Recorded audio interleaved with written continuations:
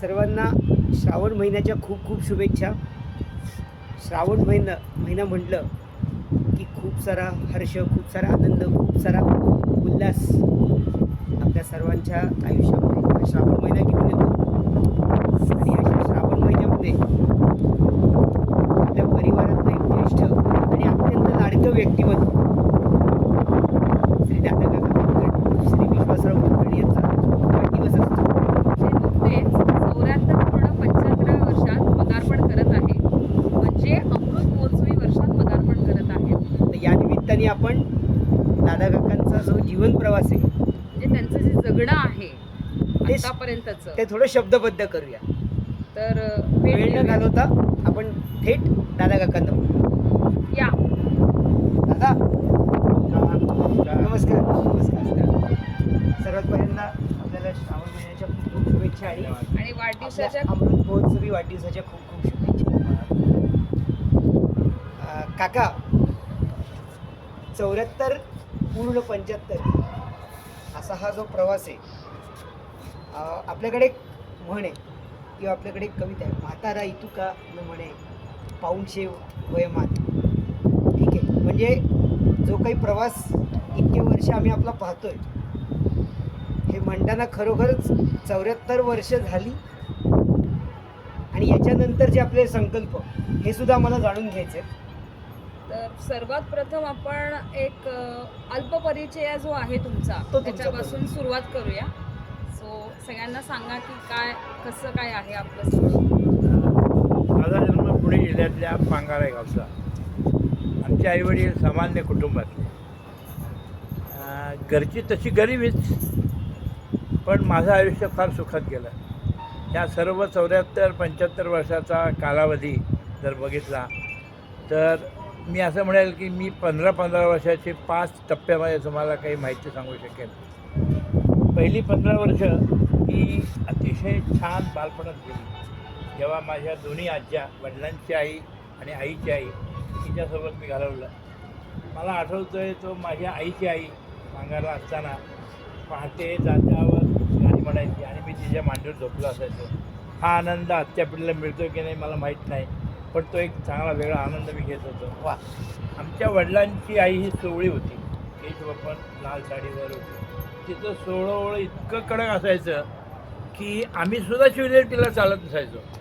त्यामुळं आमच्यावर सुद्धा काही बंधनं होती, पण तिची माया एवढीच होती की तिचं सोवळं संपलं की ती आमच्या अंगाखांद्यावर हात फिरवायची आणि मला म्हणायची, विश्वास चल रे, मला गुंडाच्या गणपतीत घेऊन जा, तिथं कीर्तन चालू आहे, प्रवचन चालू आहे. आणि त्या प्रवचनाला झाल्यामुळे मला बऱ्याचशा महाभारत आणि रामायणातल्या गोष्टी कळल्या, समजल्या. वय समजण्याचं नव्हतं, पण काही ते कानावर पडत होतं, तेच आम्ही चांगलं प्रासादिक म्हणून घेत होतो. असाच बालपणीचा शाळेतला काळ. तिथं तपकीर गल्लीमध्ये एक शाळा आहे, दगडीवाडा किंवा नगरकरवाडा. तिथं आमचं शिक्षण झालं, अतिशय छान झालं. मार भरपूर खाल्ला मास्तरांचा, पण त्याबरोबर शाबासकी पण मिळत होती. कारण ते मास्तर जे होते ते सोटा घेऊन यायचे आणि ते सोटा घालायचे हातावर. आणि नंतर शाळा संपला म्हणायचे, बाळा लागलं का रे. इतका प्रेमाने ते आम्हाला असं जवळून म्हणायचे. असं आमचं प्राथमिक शिक्षण. त्यानंतर 5वी ते 6वी हे शिक्षण कॉर्पोरेशनच्या शाळेत झालं. मी तुम्हाला ऐकून आश्चर्य वाटेल की अरे कॉर्पोरेशन शाळेत. हो, कॉर्पोरेशन शाळेतच मी शिकलो आहे. मला अभिमान आहे कॉर्पोरेशन शाळेचा. आणि तिथं जे शिक्षक होते त्यांनी खरोखर आमचं जीवन चांगलं घडवलं. त्या शालेय जीवनातली एक गोष्ट म्हणजे 1961चा महापूर. जेव्हा मला कळत होतं किंवा कळत नव्हतं, अशा वेळेला आम्ही शाळेत गेलो होतो. ती शाळा कसबा गणपतीच्या समोरच्या रस्त्यावर आहे आणि आम्हाला सुट्टी दिली म्हणून आम्ही उड्या मारत पाणी बघायला म्हणून नव्या पुलाकडे निघालो. आणि पोलिसांनी जे बदललं आहे की जा घरी लवकर. आम्ही घरी आलो 628 कसब्यामध्ये, तर पाणी गोठ्यापर्यंत होतं. वडिलांची आई म्हणजे आजी ही स्वयंपाक करत होती, तिला बाहेर ओढून काढलं. आम्ही बाहेर पडत तोपर्यंत गुडघ्यापर्यंत पाणी झालं आणि नंतर 2 दिवस आम्ही घरात जाऊ शकलो नव्हतो. वडिलांची आई ही सोहळे असल्यामुळे तिला कुठे ठेवायचं हा प्रश्न आहे. तर तो प्रश्न आम्ही सोडवला. म्हणजे तिला सोमवार पेठेतलं सोमेश्वर मंदिरामध्ये तिला आसरा दिला.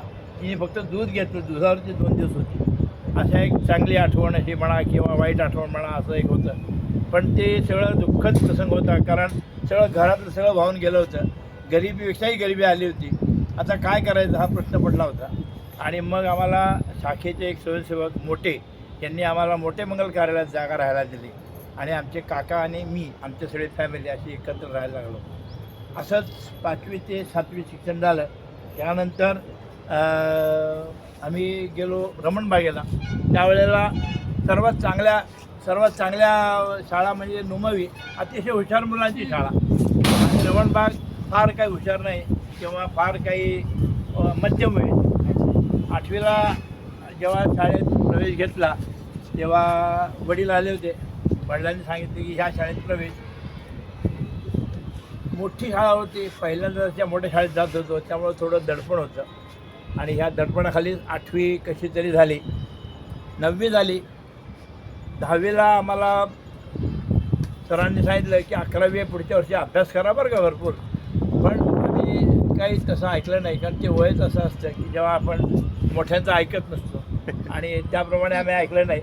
11वीची प्रिलिम परीक्षा जेव्हा बोर्डाची परीक्षा होती तेव्हा परत एकदा माझे वडील शाळेत झाले आणि त्यावेळेला अशी पद्धत होती की 7 विषय घ्यायचे किंवा 8 विषय घ्यायचे. जी हुशार मुलं आहेत ती 7 विषय घेणार आणि जी थोडीशी मागं आहेत त्यांनी 8 विषय घ्यायचा, कारण एक विषय नापास झाला तरी चालायचा. पण मी म्हटलं मी हुशार, त्यामुळे आम्ही 7 विषय घेतले. आणि मग वडील तर म्हणत होते नाही 8 विषय घे, शिक्षक म्हणत होते 8 विषय घे. पण आम्ही जिद्द लावली.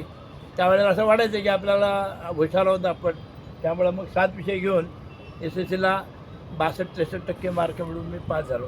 सामान्य माणूस, सामान्य पहिला तुमचा टप्पा जो आहे हा जिद्दीने तुम्ही पार केला, पूर्ण केला. म्हणजे आणि 8 विषय घेऊन सांगता तुम्ही स्वतःच्या हिमतीवर आणि जिद्दीवर 7 विषय घेऊन पूर्ण पास होऊन 10वीचा एक मोठा टप्पा पार केला. 11वी नंतर थोडीशी शिंग फुटायला लागली होती, जशी आत्ताच्या पण मुलांना फुटतात तशी. आणि आम्हाला वाटलं आम्ही फार हुशार आहोत. फर्ग्युसन कॉलेजमध्ये ॲडमिशन मिळाली, कारण रमणबागेमध्ये शिकत होतो. आणि पहिला दिवस कॉलेजच्या नंतर जे कॉलेजचं थोडंसं वारं लागलं त्या ह्याच्यात शेवटी जे नको व्हायला ते आम्ही झालं आणि आम्ही नापास झालो. PD सायन्सला आम्ही नापास झालो. PD सायन्सला नापास झाल्यावर वडिलांनी लगेच दंड काढला. नाही म्हणे आता ह्याच्यापुढे शिकायचं नाही, तुम्ही तुमचे पैसे कमवायचे, नोकरी करायची आणि घराला मदत करायची पासून त्यांनी सुरुवात केली. आता नोकरी कुठे मिळणार, 16-17 वर्ष 18 वर्ष कुठे नोकरी मिळणार. पण तरी मी एक मिल्क सेंटर होतं, जेव्हा त्यावेळेला दुधाच्या बाटल्या मिल्क सेंटरमधून मिळायच्या, त्या मिल्क सेंटरमध्ये सकाळी आणि दुपारी जायला लागलो. असं करता करता किर्लोस्कर ऑइल इंजिनची पहिली करिअर सुरू झाली. जेव्हा किर्लोस्कर ऑइल इंजिनला जॉब ट्रेनी म्हणून व्हायला लागलो, मी फक्त SSC पास असं क्वालिफिकेशन, जॉब ट्रेनीसाठी वर्षभर काम केल्यानंतर तिथं परत एकदा बदलीचा चान्स मिळाला. म्हणजे दुर्दैव वाढ आलं की आम्हाला तिथून डच्चू दिला आणि म्हणले की चला 1 वर्ष झाल्यावर तुम्हाला बंद नोकरी, तुम्ही दुसरीकडे कुठेतरी बघा. आणि अशी ही एक 15-16 वर्ष माझ्या आयुष्याची थोड्या सुखदुःख प्रसंगाने पुढं हे झाली. आपल्या जगण्यातला एक खूप मोठा टप्पा याच्यापुढे आपण थोडं तुमच्याकडनं आम्हाला जाणून घ्यायला आवडेल, तो म्हणजे टाटा मोटर्स. म्हणजे आज आपण म्हणतो की मुलांपुढे 3 वर्ष 4 वर्ष झाली की करिअर ऑप्शन्स, मग जॉब चेंज, रेझ्यूम अपडेट, या सगळ्या गोष्टी. आणि माझ्या अंदाजाप्रमाणे जर मी बरोबर बोलत असेल तर तुमच्या आयुष्याची जवळजवळ 36 वर्ष ही टाटा मोटर्समध्ये आपण यशस्वीपणे पूर्ण केली. पूर्ण केली म्हणण्यापेक्षा ते करिअरच तुमचं झालं. पण टाटा मोटर्स ही आपल्या दृष्टीने संस्था आहे का फक्त एक जॉब मिळवण्याची कंपनी आहे? खरं सांगायचं तर त्यावेळेला जॉब इझिली मिळत होते. जॉब्स ऑन विंडोज असं अवेलेबल होतं आणि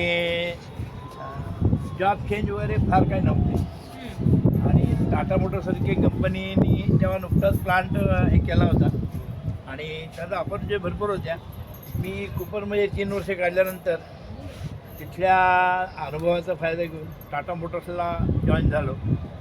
मला जॉईन होण्याचं एकच कारण, आणि त्यावेळेला एकच मला प्रश्न विचारला की तुम्हाला अर्थमॅटिक पद्धतीने वर्गमूळ काढता येतं का? इतका सोपा प्रश्न होता, तर त्याच्यावर आम्ही त्यांना काढून दाखवलं, त्याच्यावर मी पास झालो. ते किती नॉलेज त्यावेळेस त्यांनी टेस्ट केलं हे तुम्हाला लक्षात येईल. आणि मग त्याची करिअर सुरू झाली. 38 वर्ष करिअर इथे. त्या करिअरमध्ये जाणीव व्हायला लागलं की आपण अजून शिकायला पाहिजे, अजून काहीतरी बघायला पाहिजे. म्हणून मी डिप्लोमा जॉईन केला, पार्ट टाईम डिप्लोमा. आणि डिप्लोमाला ऑफिस सुटल्यानंतर 5 ते 9, 10 असं आम्ही वर्कशॉपला जायचो, काम करायचो.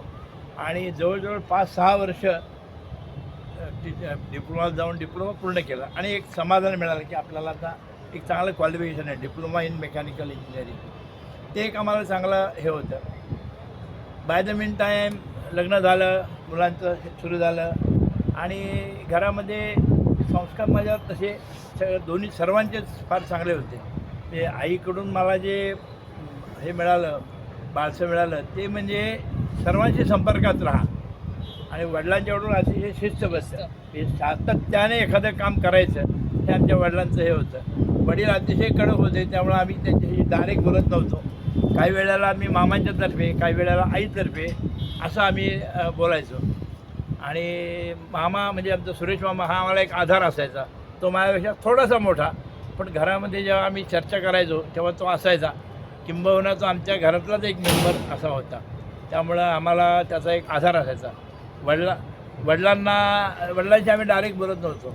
पण जेव्हा कुपरची नोकरी सोडली म्हणजे तेव्हा टाटा मोटर्स हे आली. आणि त्यानंतर टाटा मोटर्सला सुद्धा दर 5 वर्षांनी आम्ही आमचं सेक्शन बदलत राहिलो. आणि त्यामुळं नॉलेज भरपूर मिळालं, अनुभव भरपूर मिळाला. आणि अपॉर्च्युनिटीज भरपूर होत्या. त्यामुळे एक चांगला म्हणजे त्यांच्या दृष्टीने चांगला इंजिनियर मी घडवत होतो. आणि जेव्हा मी निवृत्त झालो तेव्हा असिस्टंट जनरल मॅनेजर म्हणजे जवळजवळ वरून टॉपवरनं 3rd रँकला मी होतो. जॉईन झालो तेव्हा बॉटमपासून 3ला होतो. आणि ह्या 38 वर्षाच्या प्रवासामध्ये जवळजवळ मी 20 प्रमोशन्स या सर्व ह्याच्यामध्ये घेतली माझ्या करिअरमुळं. आणि एक चॅलेंज होता, चॅलेंज आपण घेत गेलो. त्यावेळेला थोडं कुटुंबाकडे दुर्लक्ष झालं असेल, पण ते टाटा मोटर्समध्ये करिअर करायचं म्हणजे एक चांगलं होतं. आत्ताच्या पिढीला आश्चर्य वाटेल की 38 वर्ष एका ऑर्गनायझेशनमध्ये, पण त्यावेळेला तसंच होतं. कारण